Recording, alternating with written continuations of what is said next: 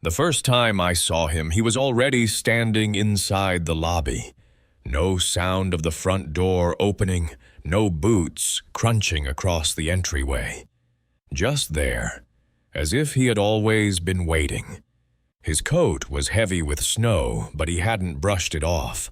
Water dripped in slow lines onto the rug, pooling at his feet.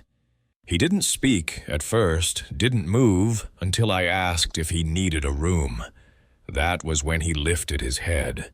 His eyes were pale, not from color, but from stillness, and his voice, when it came, was a whisper so low I almost thought I imagined it.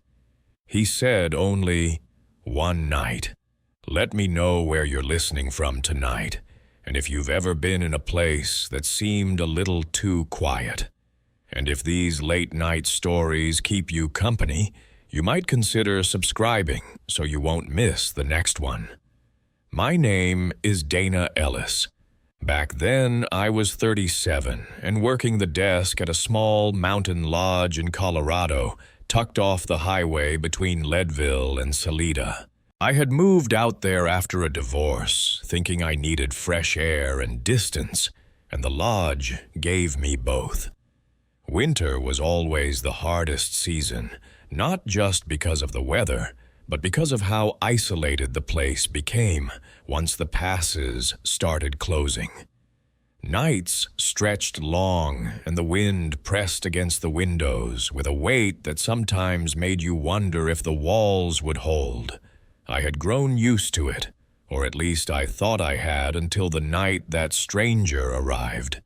It was late January, the kind of night where the snow didn't fall in flakes, but in fine powder blowing sideways across the lot, so you couldn't tell where the road ended and the drifts began. We only had a handful of guests, checked in, most of them skiers who had gotten stuck when the storm hit harder than predicted. The staff was down to just me at the desk, and Len Turner, our overnight maintenance man. Len was the kind of guy who never rushed anything. He'd walk the halls with his tool belt humming old country tunes under his breath. Reliable in a quiet way. I liked knowing he was on shift even if we didn't talk much. That night I remember double-checking the locks on the back doors around 10.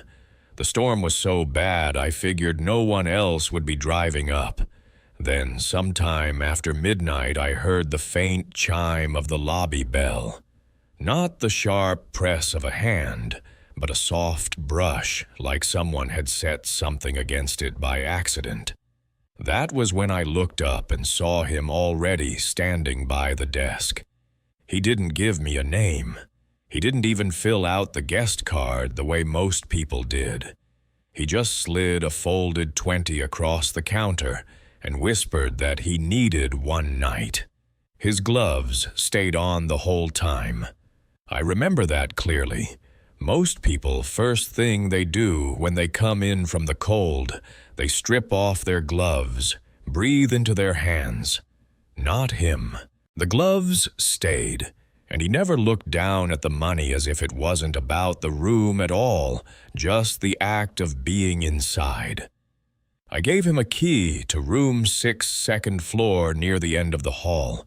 He took it without a word and moved down the corridor with a slow, even stride. No hurry, no sound of boots against the floorboards, just gone. I watched until the shadows swallowed him, and even then I kept listening, waiting for the door to click shut. It never did, or maybe the storm outside drowned it out. Either way, I found myself leaning forward, staring at the empty hallway longer than I should have. Len came by about 20 minutes later. He was carrying his flashlight even though the power hadn't flickered yet, something he did when the weather turned rough. I told him about the guest. He frowned, asked if the man had a car outside.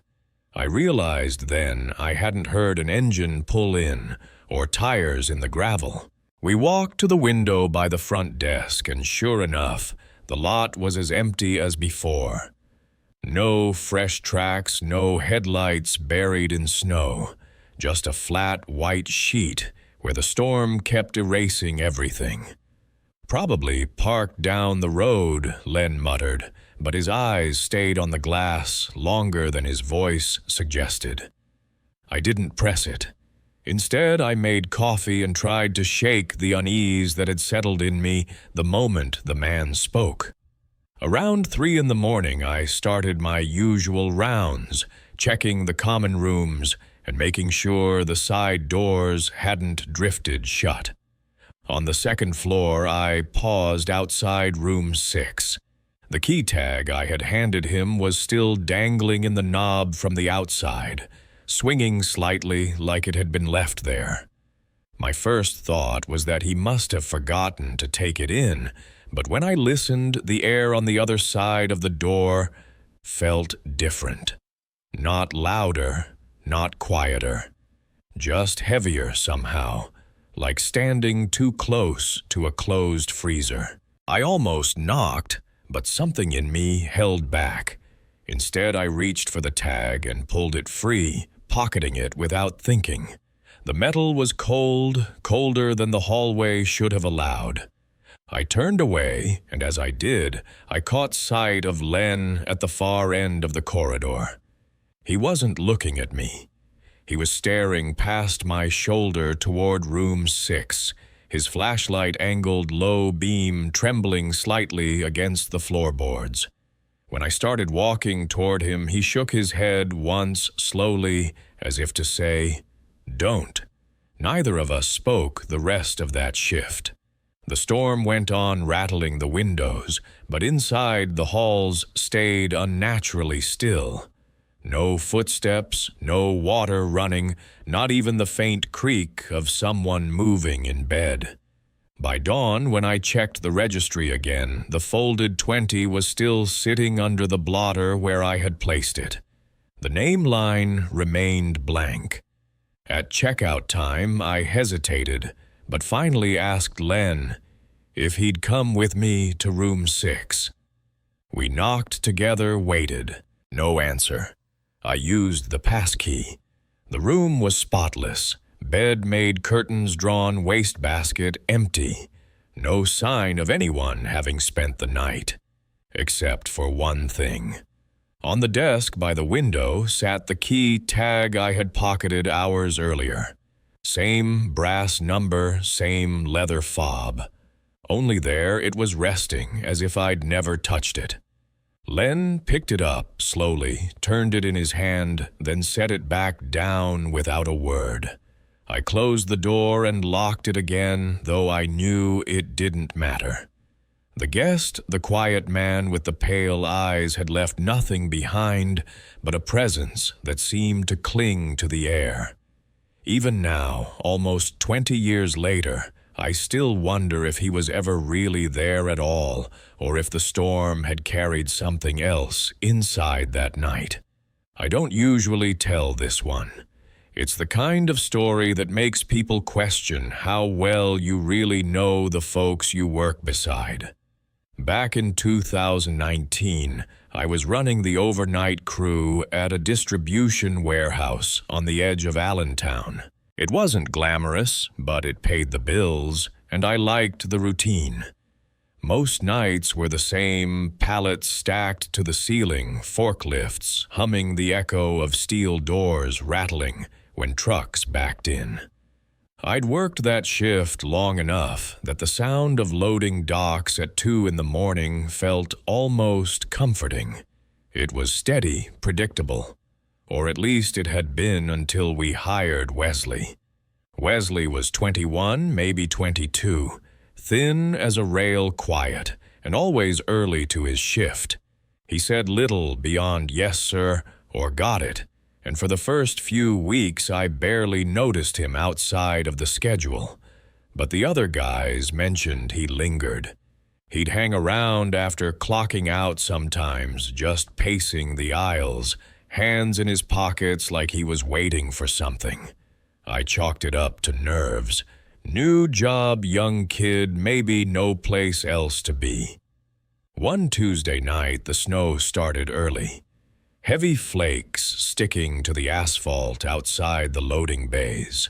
Most of the crew left at midnight once we hit our quota, but I stayed behind to do the usual paperwork. When I finally shut off my computer around 1, I noticed the floor lights were still glowing at the far end of the warehouse.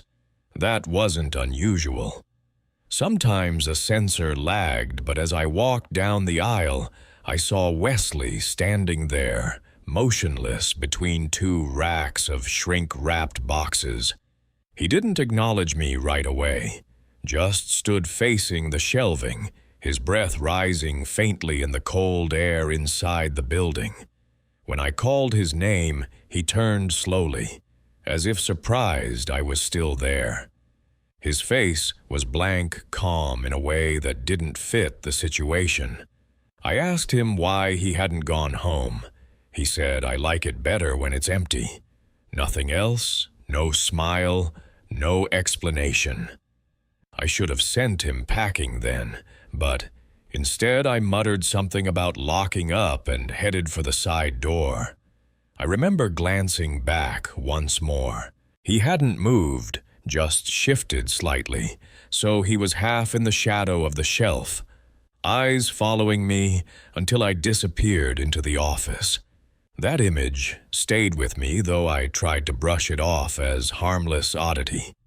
The following week, one of the drivers swore he saw a figure by the security gate around 4 in the morning, tall, wearing the same hooded jacket Wesley always had on. But when I checked the logs, there was no entry, no badge swipe, no camera feed showing anything.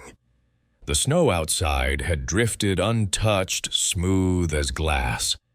Still, the driver was rattled enough to make me walk the perimeter with him. We found nothing, though the gate was unlatched. A few nights later, I stayed past 2 again, double-checking inventory after a supplier shorted us. I was the only one left, or so I thought.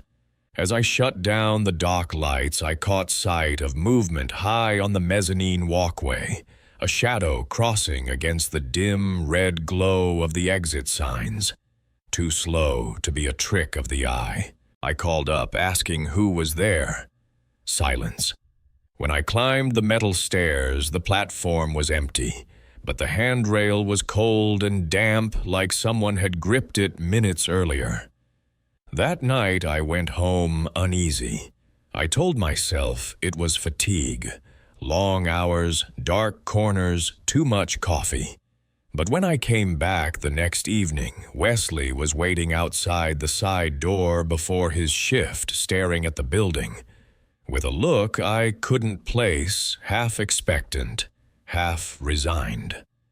I asked if everything was all right. He nodded, said he just wanted to see who else stayed late. Then he walked past me without another word. By then, the others had started noticing small things. Tools, misplaced lights, left burning in storage areas no one had entered. Radios crackling with faint voices that cut out when someone approached. Every time Wesley seemed to be nearby, silent, watchful. The breaking point came one Thursday. We had just cleared the last truck when a sudden clang echoed from the far loading bay. Everyone froze. It sounded like a door had slammed, but when we checked, each one was locked. The snow outside lay unbroken. No prints, no tire tracks, nothing. That was when I realized Wesley wasn't with us. We searched the warehouse from end to end, calling his name. No response. Finally, near the back stairwell, I spotted his jacket lying folded neatly on the concrete floor, badge placed carefully on top. The air around it was colder than the rest of the building, like a draft seeping through an unseen crack. But the walls were solid cinder block, no windows, no vents large enough for a person. The police came when I reported it. Officer Brewster took the statement. walked the floors with us, checked every corner. No sign of forced entry, no sign of anyone leaving. They ran his information through the system. That's when they told me there was no record of him. No driver's license, no social security, nothing beyond the application he'd handed in. Even that they said was full of holes. Wrong address, disconnected number. We never saw Wesley again. His locker was empty. His time cards stopped the night he vanished, but every now and then the sensors in the far aisle still trip, without reason lights flickering on in an empty warehouse. I'm retired now, and I don't lose sleep over much these days.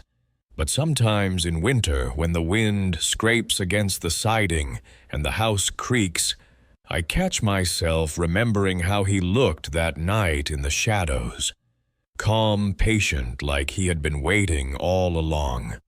The last real apartment I lived in before moving back with my parents was a run-down place on the edge of campus, the kind of building where the paint never quite covered the water stains. I was 19, a sophomore in computer science, trying to balance part-time work at the library with long nights buried in code. The apartment was cheap, which mattered more than anything, but I can still remember how drafty it felt in winter. The hallways smelled like old carpet cleaner, and the radiators made knocking sounds that carried through the walls. It wasn't a place anyone stayed long, but for me, it was enough. My unit was on the second floor, one of only 8. The first floor had a corner unit labeled 1A, a door I walked past every day but never saw open. Renters came and went in the other apartments, but 1A always seemed quiet. The blinds were always down, no packages ever left outside. No sound of a TV bleeding through the walls. Sometimes I wondered if it was vacant, though the landlord swore it was occupied. One night in early November, I came back from the library just after midnight. The air outside was sharp leaves crunching under my shoes as I climbed the stairwell. That was when I noticed the front door of 1A cracked open an inch. The hallway was dark except for the glow of the exit sign, and I remember stopping, listening. No sound inside, just a faint smell of something metallic, almost like an overheated radiator. I thought about knocking, maybe pulling the door shut, but something in me didn't want to touch it. I slipped upstairs instead, but later that night I couldn't shake the thought of that open door below. Over the next week I started noticing things.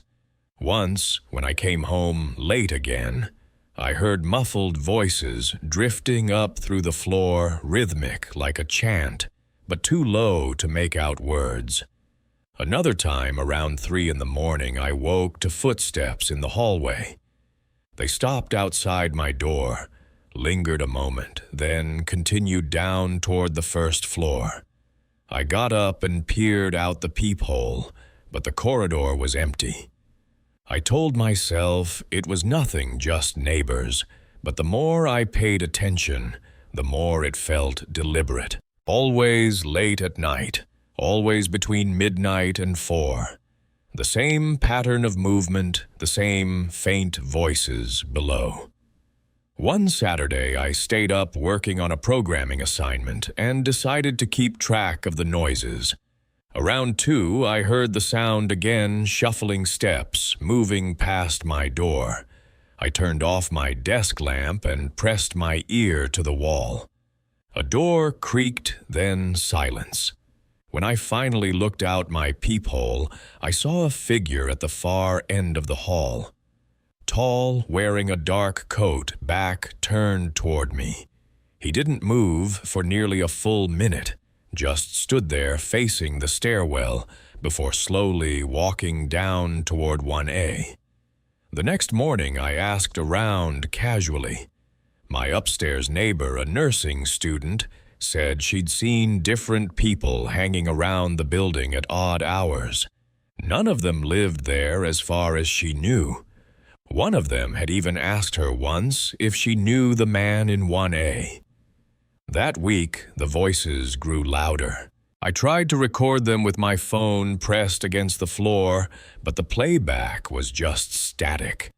The one time I built up the nerve to go downstairs and knock on 1A, the door was firmly shut, no sound inside.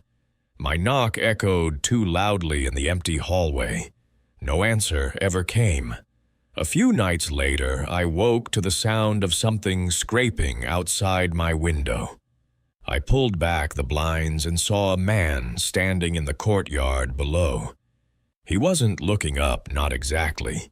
His head was tilted slightly angled toward the building, like he was listening for something inside. His hands stayed buried in his coat pockets.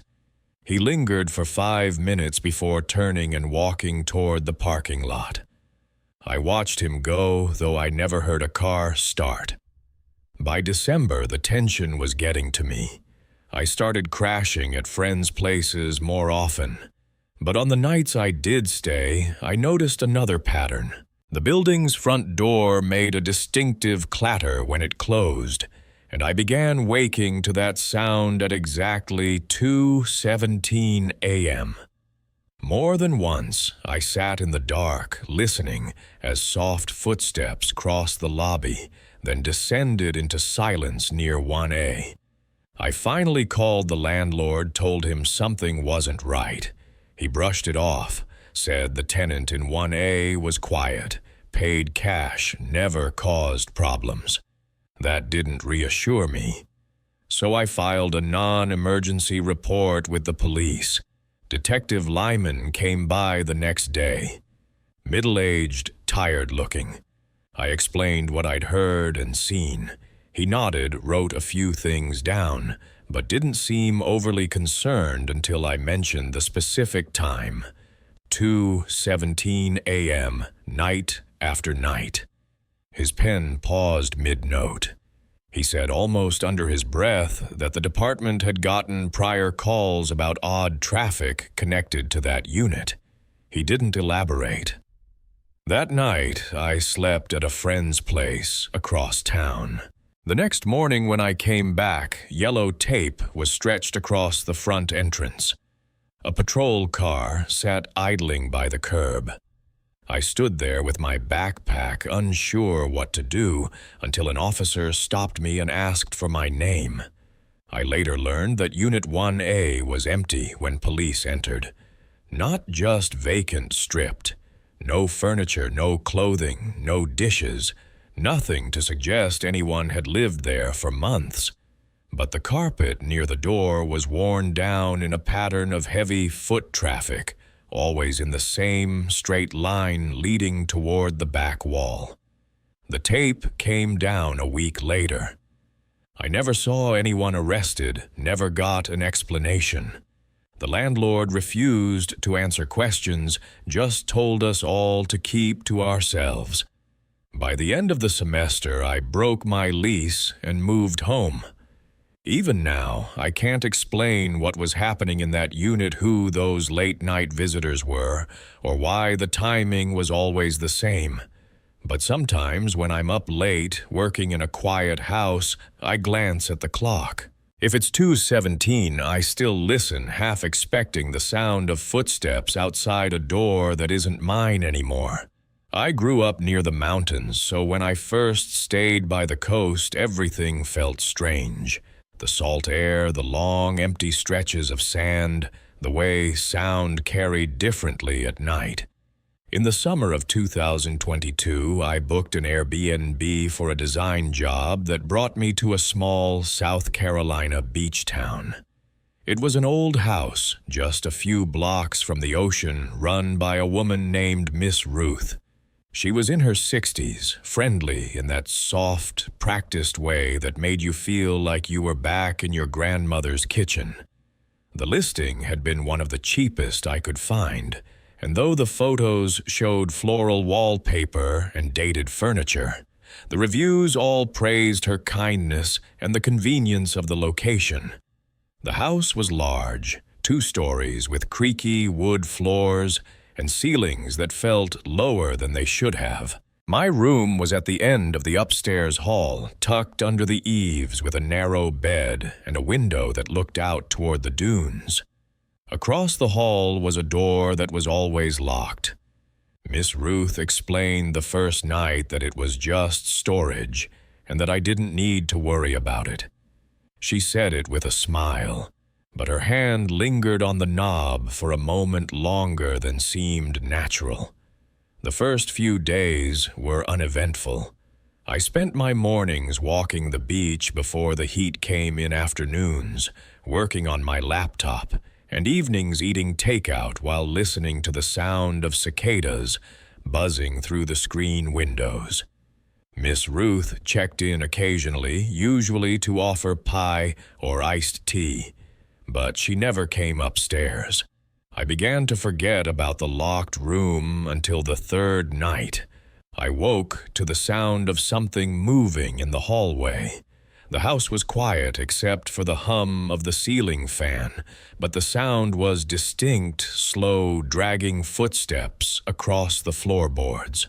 At first, I thought Miss Ruth might be up, but when I looked through the crack in my door, I didn't see her. The light from the downstairs kitchen didn't reach the hall, only the thin glow from the window at the far end. For a moment, I thought I saw a shadow pause outside the locked door, as if someone were listening from the other side. Then, the sound stopped. The next morning, over coffee, I mentioned I hadn't slept well. Miss Ruth smiled, but avoided my eyes.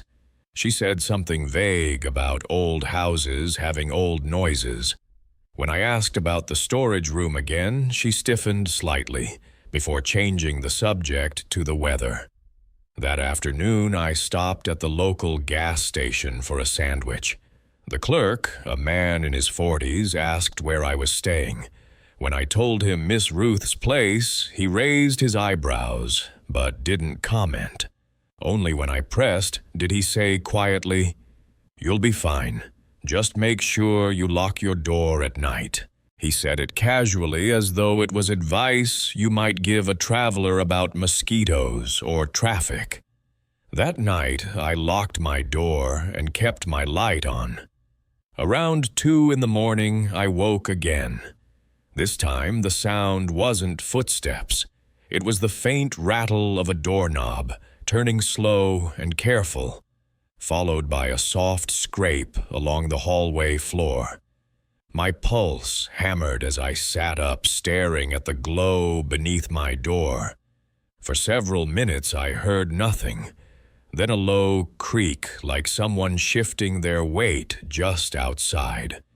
Eventually the floorboards eased, and the silence returned. I didn't sleep after that. When the sun finally rose, I opened my door to find the hallway empty. But I noticed something new.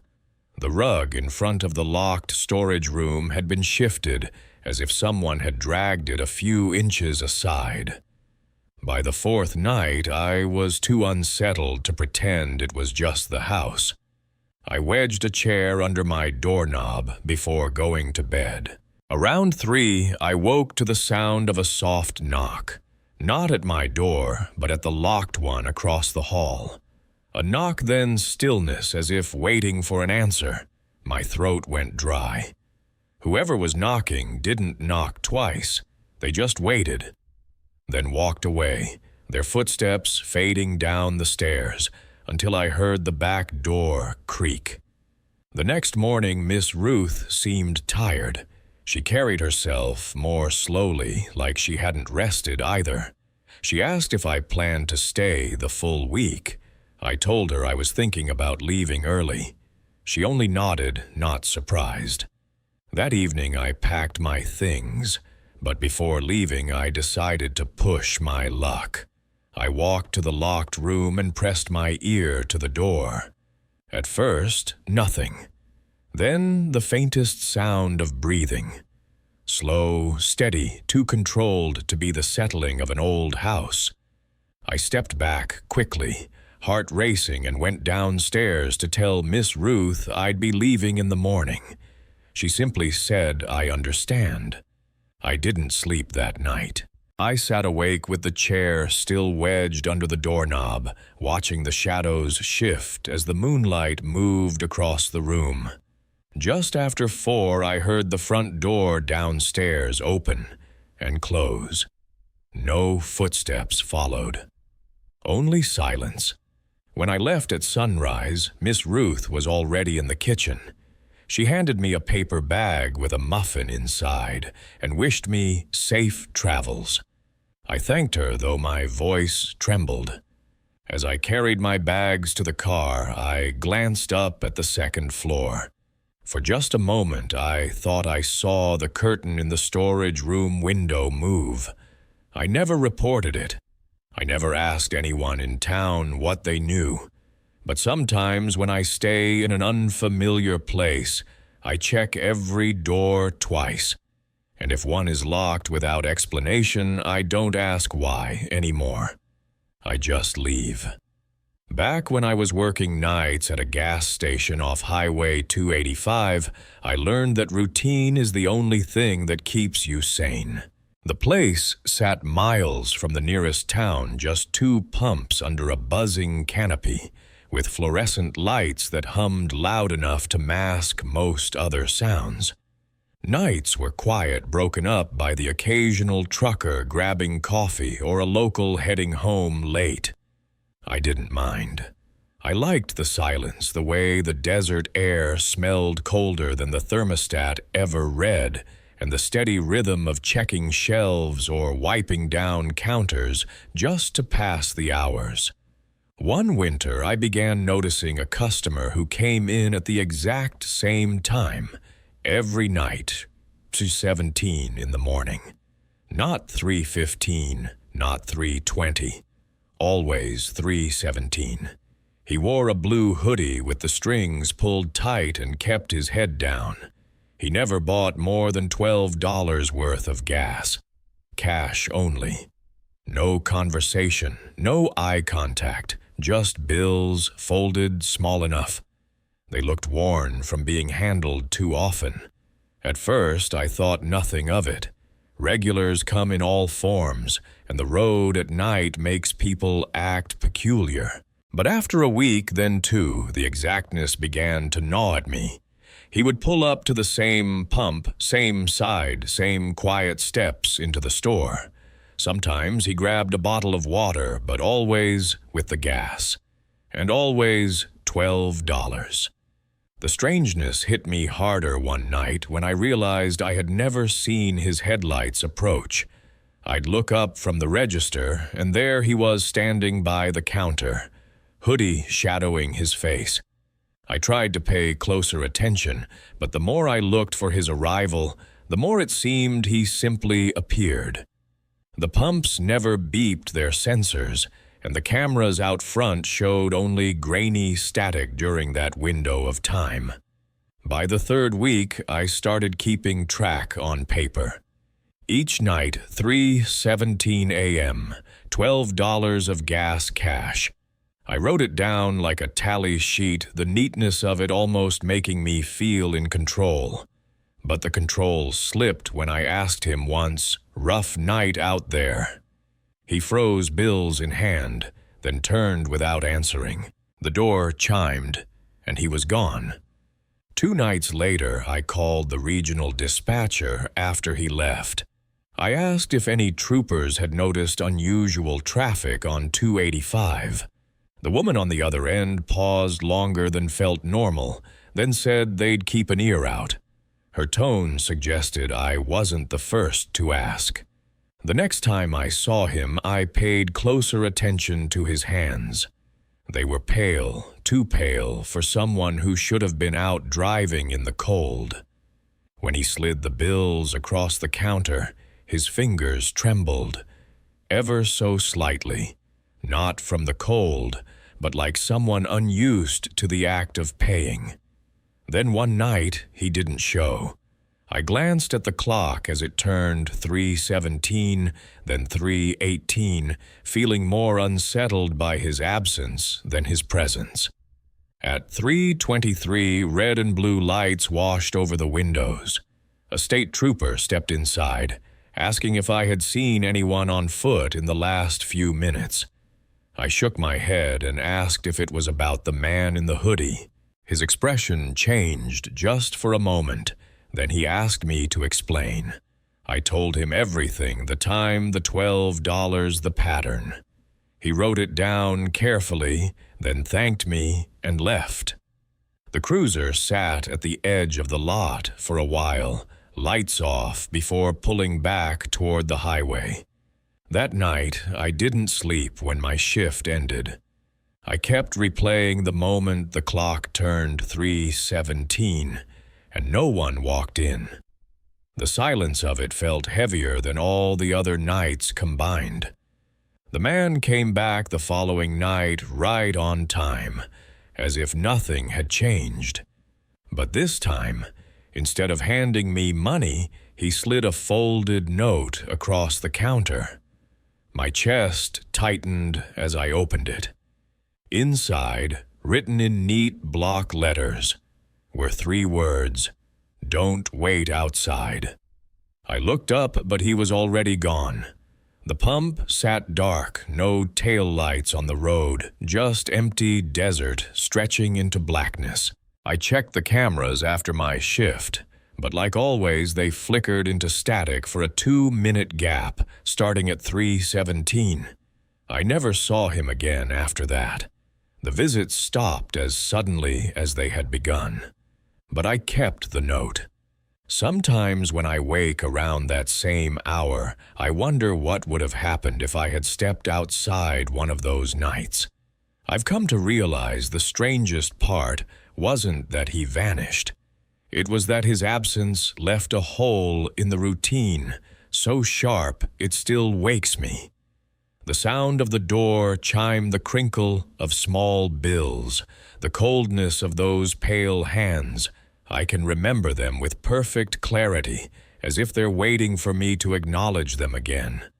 I spent more nights in roadside motels than I care to count. For a few years, my job kept me driving from one distribution center to another, always a different town, always a different bed that smelled faintly of bleach. You learn not to notice the stains on the carpet or the sound of pipes groaning through the walls. You pay for the key sleep a few hours and leave before the sun has burned off the morning fog. One stop that has stayed with me was in Sonora, California, back in 2015. The motel sat just off the main road, the kind of place with faded numbers on the doors and a broken ice machine that clattered all night. The man behind the desk introduced himself as Tony. He had the slow, deliberate way of speaking that made me think he'd been working nights too long. That evening I got my key and headed toward the room, but Tony stopped me. He lowered his voice and asked me not to park near the far end of the second floor. When I asked why, he said it was just easier that way and handed me my receipt without looking up again. I didn't press him on it. Later, after I'd settled in, I stepped out for a smoke. That's when I noticed room 209. Its curtains were drawn tight, but light glowed faintly behind them, shifting as if someone moved back and forth. At one point, the silhouette of a woman passed across the fabric, pausing in the middle before fading again. I figured she was another guest, maybe restless, maybe waiting on someone. The next night, I was still in town and checked back into the motel. Tony gave me the same room, and again I caught the faint movements behind the curtains of 209.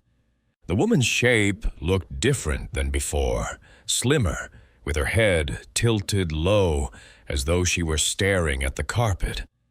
I didn't think much of it until I came back late from dinner and found Tony sitting outside the office. He asked quietly if I'd noticed anyone in that room. I told him yes, a woman, and his shoulders stiffened. He said the room wasn't supposed to be occupied. When I asked what he meant, he shook his head and muttered something about mix-ups in the system. That night, curiosity got the better of me. I walked past the door to 209 around midnight. The handle gleamed under the dim light, and the air smelled faintly of old perfume, the kind that lingers long after someone's gone. As I slowed my steps, I heard it the sound of a chair scraping across the floor, followed by the faintest whisper of fabric shifting. I backed away before I could think twice. The next morning, I asked Tony directly if someone had checked in late. He sighed and told me a woman had stayed there once, years back. She was traveling alone, and nobody noticed she hadn't checked out until the room began to smell. He said it so quietly, I almost thought I'd misheard him. When I pressed for more, he waved me off and handed me coffee like the conversation had never happened. That night, lying awake, I kept glancing at the wall we shared. The pipes knocked every so often, but beneath that sound I thought I could hear a faint rhythm, like someone pacing slowly from one end of the room to the other. I told myself it was the plumbing. I told myself I was tired, but I never slept more than an hour at a time. By the fourth night, I was ready to leave town early. But before I checked out, I saw a sheriff's cruiser parked out front. Officer Harlan, according to his badge, was talking with Tony. I overheard enough to know it was about room 209. They'd received another complaint of noises. Tony looked pale, nodding quickly, his arms crossed tight against his chest. I left that morning and never went back. But 2 weeks later, on another stop along the same route, I ran into Officer Harlan again at a diner. He recognized me, and after some hesitation asked if I had noticed anything strange at the motel. I told him what I'd seen, the silhouette, the noises, the smell. He listened carefully, then said the room had been sealed since the woman's death. Nobody was supposed to have a key. He asked me not to repeat that part, said it only stirred things up for no reason. I nodded, but it's been years now, and I can still see the shadow of that woman against the curtain, pausing mid-step like she was waiting for me to notice her. I never did tell him the detail I'd kept to myself, the part where on my last night there, I found a folded piece of motel stationery slipped under my door. In neat, slanted handwriting, it read, "They still haven't checked me out." I used to live in an apartment that should have been ordinary. It was just another cheaply built student housing block outside Ann Arbor, with walls so thin you could hear the pipes whistle in the winter. My unit was on the ground floor, tucked near the laundry room, and next to me was 1A. The lease said it was occupied, though, in the months I lived there. I almost never saw the neighbor who supposedly lived inside. There were small signs of life in 1A. Sometimes I'd hear water running long after midnight, or faint movement that reminded me of someone pacing. Every so often, the door would be cracked open just enough that I could glimpse the chain still set across the frame. I assumed it was another student keeping to himself. At 19, I didn't ask many questions about strangers in close quarters, but something about that apartment began to gnaw at me. It started when I came home late one night and found a woman standing outside 1A's door. She was dressed in a heavy winter coat even though it was October, and her hand was resting flat against the wood. She didn't knock or call out.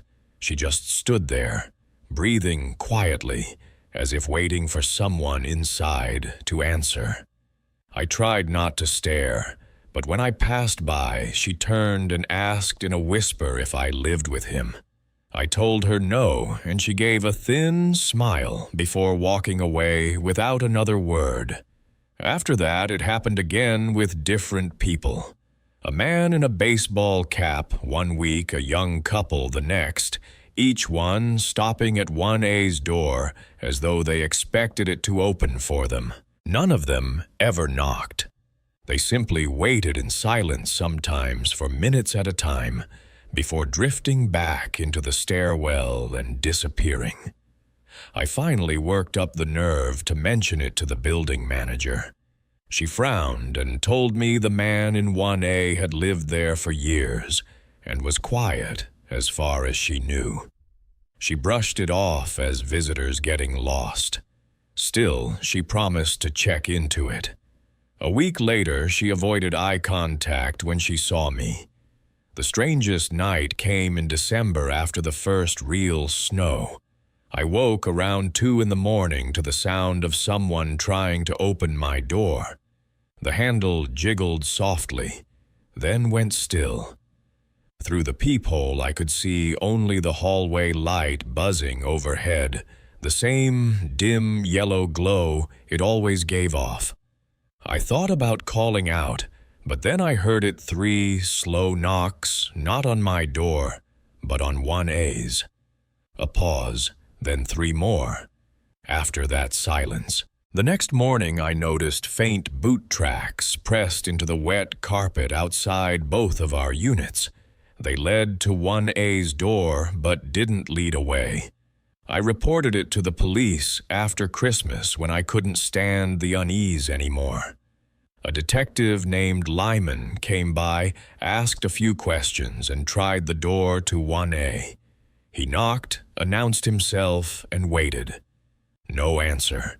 He shrugged, told me they'd follow up if they could, and left it at that. 2 days later, there was police tape across the door to 1A. No one told me what they found. The tape came down within a week, and a new lock appeared on the door, but the unit stayed dark. By spring, I moved out. It's been years since, and I still don't know who lived in 1A or why strangers came at night without ever knocking properly. Sometimes I think about their faces, the blank patience, the way they seemed to know someone was behind that door. What I can't shake is the memory of the woman's whisper asking if I lived with him. Because the truth is, through those thin walls, I never once heard a voice from that apartment. Just pacing, water running, and footsteps that never seemed to leave. That was the last story I had to share tonight. Looking back across all of these memories, the empty rooms, the strangers who appear at odd hours, the figures who never explain themselves, I notice how quiet they all really are. Horror doesn't always come with screams or violence. More often it lingers in the details, the smell of perfume that shouldn't be there, the sound of pacing on the other side of a wall, the way someone knows your life when they shouldn't. What unsettles me most is how ordinary these places are. Highways, small towns, airports, motels, apartments, none of them special, none of them marked for danger. Yet they're the settings that seem to collect the moments we carry with us for years. Sometimes it isn't about the worst thing that could happen, but the not knowing the endless, quiet questions left behind. And maybe that's why they return to us at night, when the house has gone still, and the only sound left is our own breathing. Thank you for staying with me until the very end. If you'd like to hear more stories like these, you can follow the channel, share it with a friend, and subscribe for future nights. I'd love to hear from you as well. Have you ever lived or stayed somewhere that felt wrong, in ways you couldn't explain?